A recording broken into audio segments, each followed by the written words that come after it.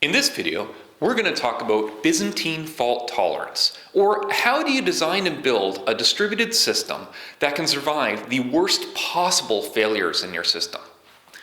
So if you recall, in the last video, we tried to classify all failures, and we came up with two big buckets. Fail-stop behavior is when, if you get a failure in your system, it leads to part of your system stopping.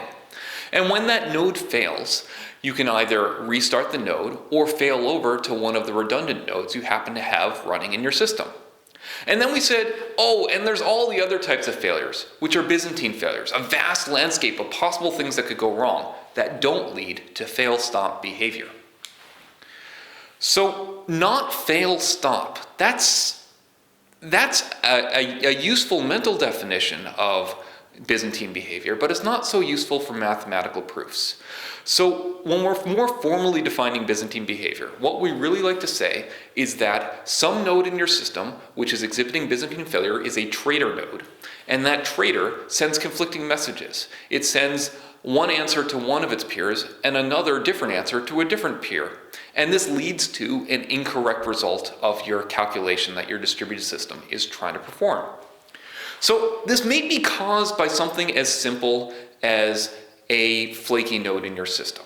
If one of the nodes in your system occasionally generates a null response when it runs out of memory or some other resource, that could lead to a Byzantine failure if your system wasn't expecting that to happen. On the other hand, if one of your nodes was attacked by a hacker, or just maybe owned by a hacker, who then tries to come up with the exact combination of messages to send to its peers to cause the entire distributed system to compute the wrong answer, that's also a Byzantine fault and a Byzantine failure, and we want to learn how to design systems that can tolerate these failures.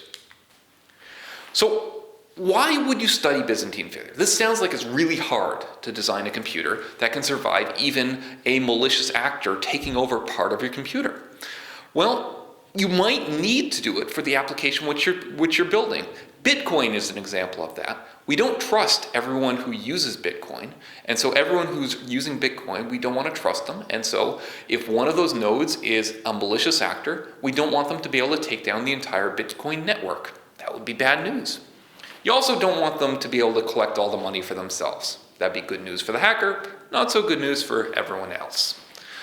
Another example is if you need extreme reliability. The flight control systems are fly-by-wire in the Boeing 777 and 787, and because they're very worried about the reliability of the systems and that a hardware failure might exhibit Byzantine-like behaviors, they have built a Byzantine fault-tolerant flight control system into these aircraft. But most people aren't solving problems in that category. So what's the other reason why people study Byzantine failure? Well, they study it because solving this problem is fun. It's a lot of fun to try and figure out, how can I build something that will solve the worst possible case of a computer failing? And this reason has driven a huge amount of research since at least the early 1980s. The paper which we're going to be talking about later, the Byzantine Generals Problem, was written in 1982. And this is ongoing research to this very day. So you want to build a distributed system that has Byzantine fault tolerance. What assumptions are you making about your system and how your adversary can attack it? Are you assuming that your adversary can see all of the messages between your nodes because, for example, you might be using Wi-Fi and all your nodes are in close proximity? Or are you assuming that you have a switched Ethernet network and so all your messages are private, assuming the network itself doesn't get attacked? Are you assuming that your nodes might be able to fail and become corrupted by your adversary? Or maybe they can attack the network itself? Are you assuming that your adversary has limited resources? They can't, for example, attack your crypto and reverse engineer your cryptography keys. Or maybe they have access to very large compute clusters, and they can. Are you assuming that your adversary has to pick a strategy, write a program that implements that strategy, deploy it, and then attack your system with that, a static adversary? Or are you assuming that they can dynamically adjust to whatever it is you're doing to defend yourself and attack you in different ways? Are you assuming that the communication time between any two of your nodes is bounded or unbounded? If it's bounded, you can use timeouts to figure out when messages get lost. Are you assuming that your network is fully connected? Or maybe you have a system where some messages need to be relayed through other nodes. And the relay nodes, if attacked, might be a particular vulnerability in your system. Are you assuming that you or your opponent are allowed to use randomized algorithms, which changes the kind of proofs you might be able to come up with about what's possible and what's not?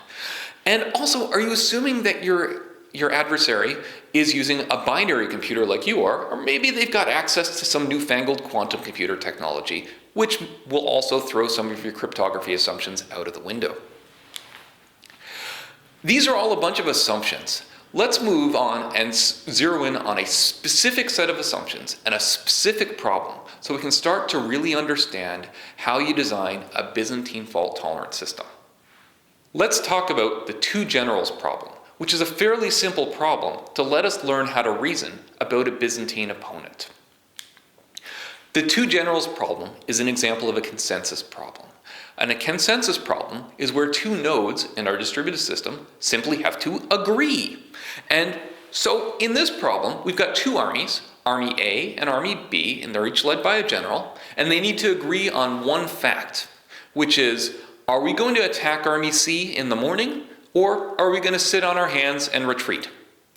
If both armies A and B do attack tomorrow morning, then they're going to win. If neither army attacks tomorrow morning, then they'll survive to fight another day. But if only one of armies A or B attacks tomorrow morning, they're going to lose because Army C is bigger than each of the two individual armies A and B. So there's only one wrinkle to this, which is the generals of armies A and B can only communicate through couriers. And these couriers ride horses through the territory of Army C. So they may or may not make it to the opposing general. So we need to come up with a protocol. What messages should the generals send between each other so that they're in consensus and they can agree to attack tomorrow morning or not attack tomorrow morning? And to simplify the problem, let's assume that General A decides they want to attack tomorrow morning and they want to simply tell General B, yes, we're going to attack tomorrow morning, and be sure that General B got the message. What series of messages might you send between A and B in order to make sure that they're always in consensus about what they do tomorrow morning? I'm going to ask that you pause the video right now, pull out a piece of paper, and come up with a protocol that achieves this.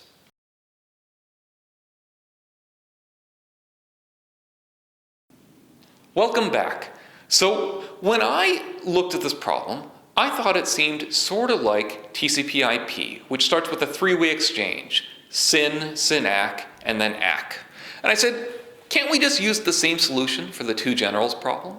And so I sketched on a piece of paper a protocol that looks sort of like that, which is if General A decides they want to attack, they send a message to General B saying, if you respond, I'll attack. Now, if this message gets lost, no problem, because A is not going to attack unless they get a response. Great. B gets this message and says, okay, I now know that A is going to attack tomorrow morning if I respond, and I'm going to respond, so good. So A will attack, I want to attack, I'll send a message back saying, if you respond, I'll attack too. If that message is lost, no problem once again, because B hasn't committed to attack, and neither has A yet. A receives the second message, and when it gets the second message, it is now committed to attack because it sent out its challenge and got its response. Then A responds with, okay, I know I'm going to attack for sure. B, you should attack for sure as well. But there's a problem here, which is if this third message is lost, A is committed to attack, and B is not yet committed. So we haven't solved the problem. Maybe we can add another message to the end of this protocol. The problem is, no matter what message we come up with, and no matter how many messages we add to this protocol, there's always going to be the problem of you have an inconsistent state until that one last message gets through. You can actually prove that there's no way of solving the two generals problem, as I've stated it, which is kind of unfortunate. There is no perfect solution to this.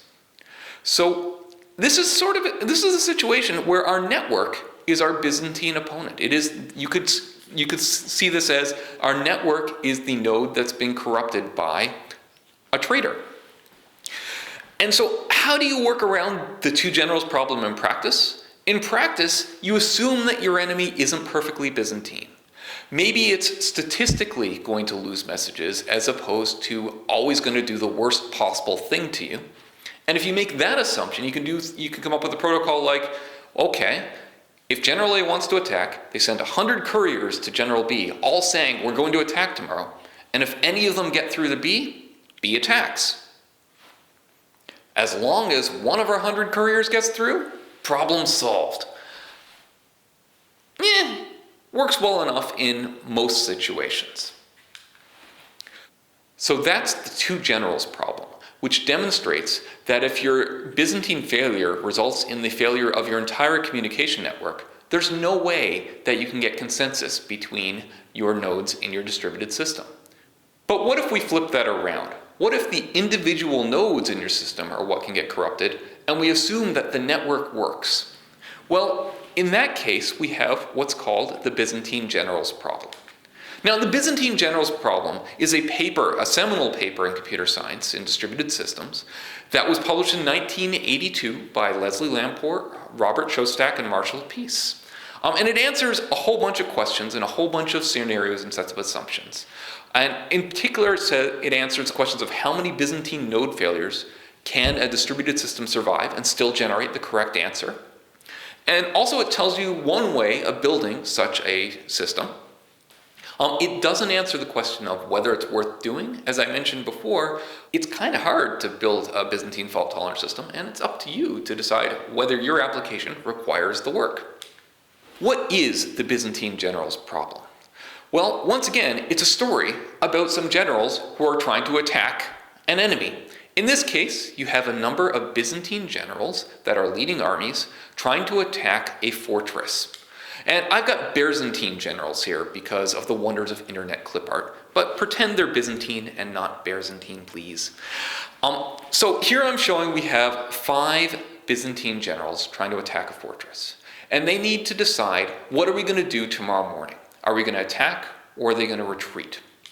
And so each of them, in their own brain, decides what it is they want to do.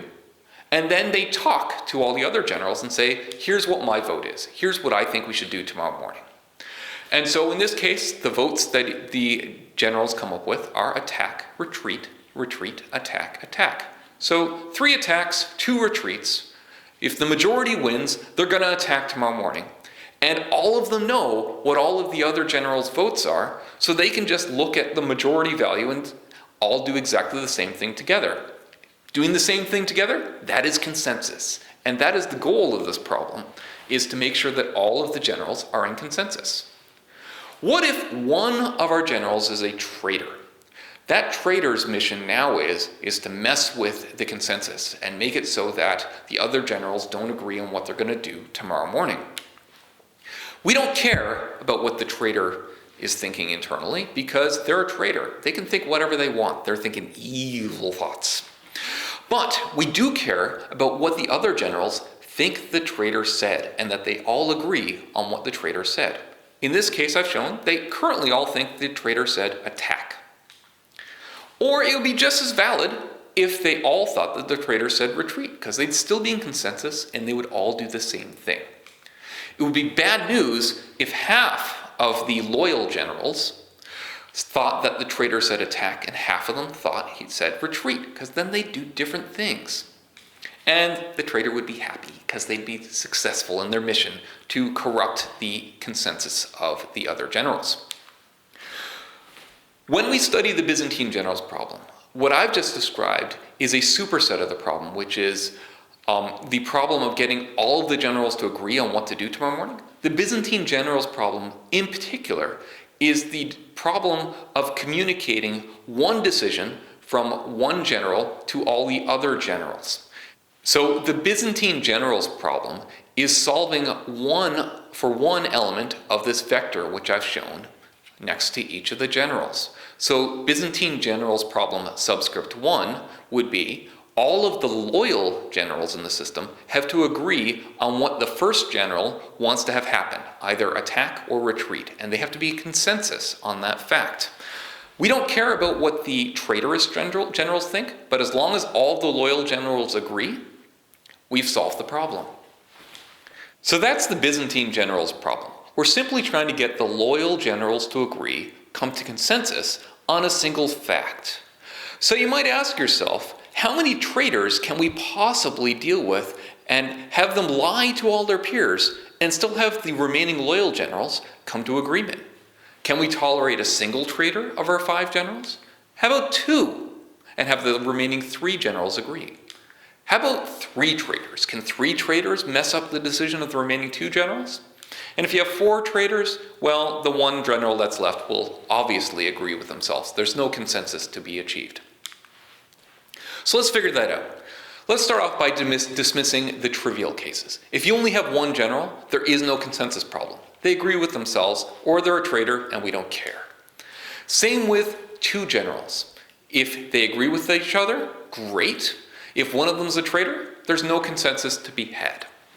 So let's move on to the case of 3 generals. Can we get them to agree on what's said? And let's label clearly who's doing what. The general who has the order and is trying to communicate it to its peers, we're going to call them the commander.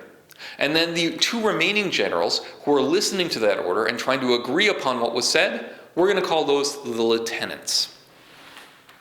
So in this case, the commander might say, attack, and he'll say attack to both of the lieutenants. If you are the lieutenant in the bottom left, you might say, well, I heard him say attack, but I want to make sure that's what he told everyone. So you'd ask your peer lieutenant, hey, did he say, what'd he say? And your peer might say, oh, he said attack. And so at that point, you'll have heard attack from the commander, you'll have heard attack from the other lieutenant, and you'll say to yourself, great, we're going to attack because we're all in agreement, we're in consensus. But what if one of these 3 was a traitor? And let's assume it's not yourself. If your peer lieutenant was the traitor, it might flip the order such that what you hear now is, I heard attack from the commander, but my peer lieutenant said the commander said retreat. Now I'm not sure what to do. Well, let's think about all the cases and see if I can still figure out what to do. What's the other possible case? The other possible case is that the commander was a traitor and told the 2 lieutenants 2 different orders, and told me attack and told the other lieutenant retreat. At which point I would have heard attack from my commander, and I would have heard retreat from my peer, and crud. I can't tell those 2 cases apart because I'm getting the same 2 messages no matter whether the commander is a traitor or whether my peer lieutenant is a traitor. And so I cannot decide whether I should attack or retreat. And this is true in general. There is no solution to the Byzantine Generals Problem if you have 3 generals and you assume that there's 1 traitor. There is no solution to the 3 generals, 1 traitor case. So that raises the question, how many generals do we need before we can tolerate a traitor? How many generals do we need before we can tolerate M traitors?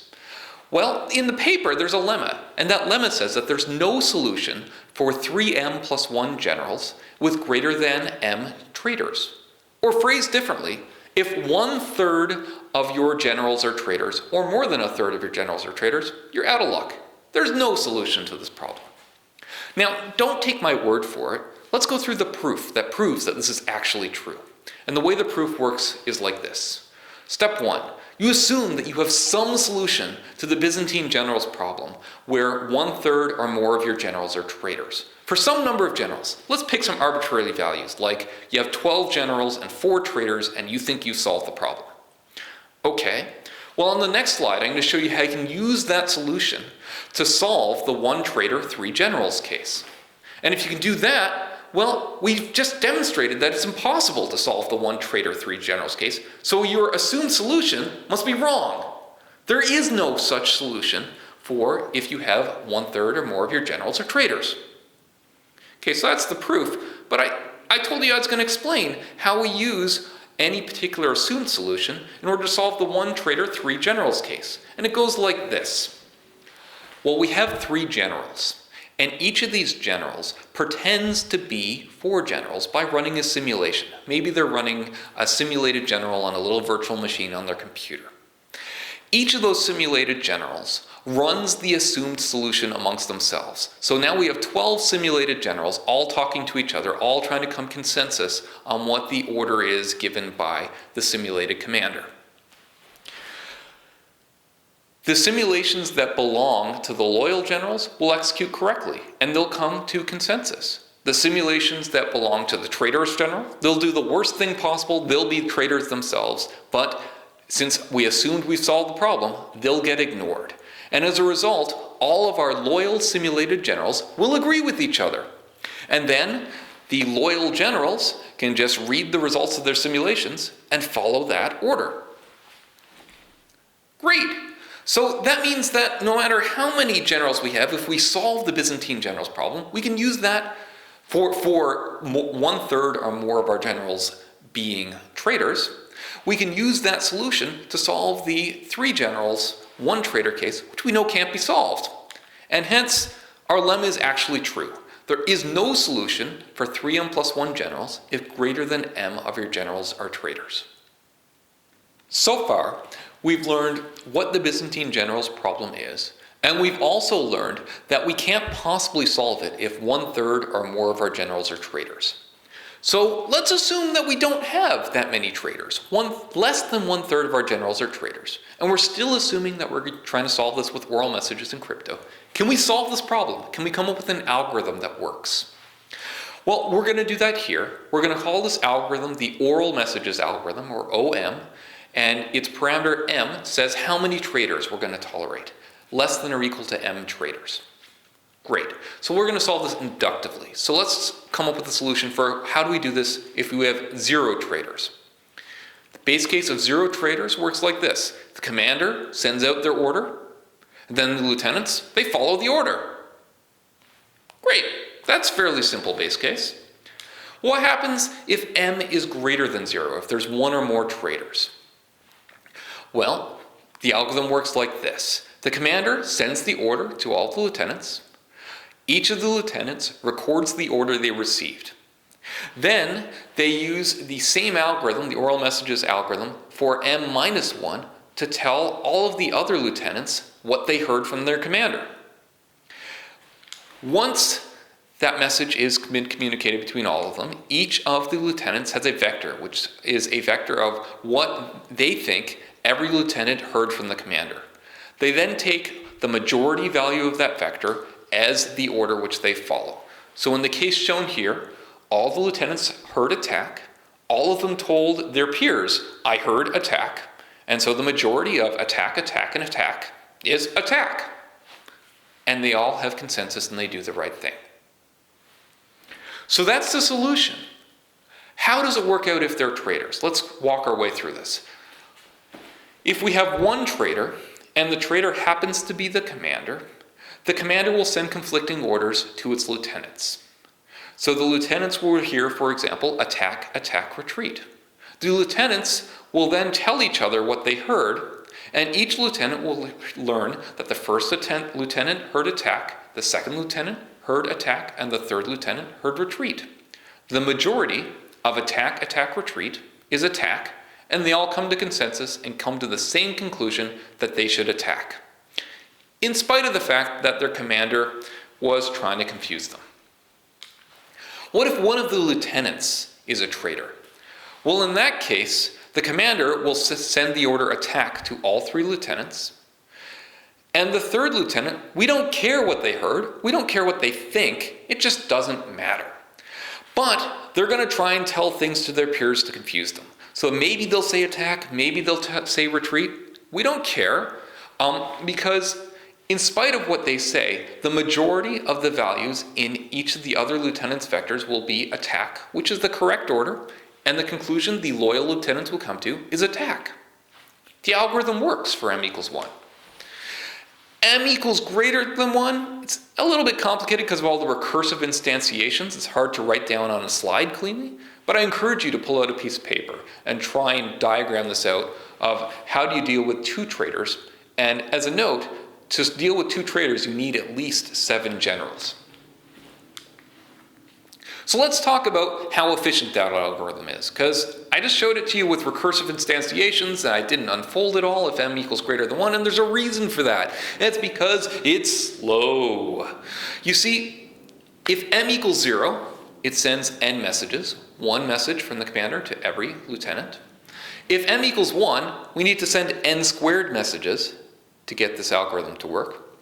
If m equals 2, we need to send n cubed messages. And if m equals 3, we need to send n to the 4th messages. That's a lot of messages. So this is an expensive algorithm. Byzantine fault tolerance in general is an expensive thing to do. And so in the real world, what we tend to do is, first thing you do is if you're ever tempted to solve Byzantine fault tolerance or the Byzantine Generals Problem, think again. Do you really need to solve this problem? If you still think you need to solve it, try and use someone else's solution, because it's kind of complicated to get right, and your solution is likely to have bugs in its first implementation. And also, when you're trying to solve this, try and keep your values of n and m as small as possible so that it doesn't get too slow. So that's Byzantine fault tolerance. If you want to learn more about this, I encourage you to go and read the Byzantine Generals paper, which I've been talking about, and also read some of the follow-on papers. They're absolutely fascinating. They have more rigorous proofs. They have other scenarios and assumptions, like what do you do if you're allowed to use crypto? What do you do if your messages can't be communicated directly between every node? They come up with more efficient techniques to use in the real world. And they also have lots and lots of cool math if you're into that kind of stuff. So go and explore. Thank you.